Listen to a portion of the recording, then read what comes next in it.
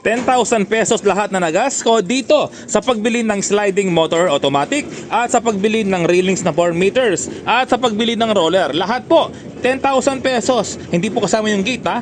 Pero ito mga repairman, nagpapagana po dyan ay solar. Solar kasi na 1,000 watts na pure sine wave ay pwede mo nang gamitin. Ayan po mga repairman. Gusto nyo makita na nakasolar po yan? Okay, tara. Automatic siya. Meron tayong service door. At syempre kapag bubuksan mo, meron tayong service door. Ito po, may remote po yan nakasama ng dalawang remote, dalawang susi na kapag gusto mong manual, walang power. Pero syempre hindi nawawalan ng power kasi nga nakasolar po tayo. Ayan ang kanyang extension cord para maniwala po kayo mga repairman. Ayun.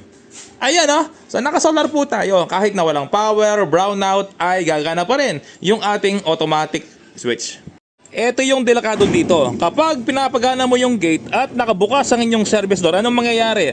Wawasakin po. Wawasakin itong ating ginawa. Ayan, no? So, hindi po pwede. Ay, buti na-stop ko. So, hindi po pwedeng ganyan. Ayan, no? Wawasakin po yan. Masisira ang inyong motor. Aangat po yan. Kailangan laging nakasara yan para gumana ng maayos.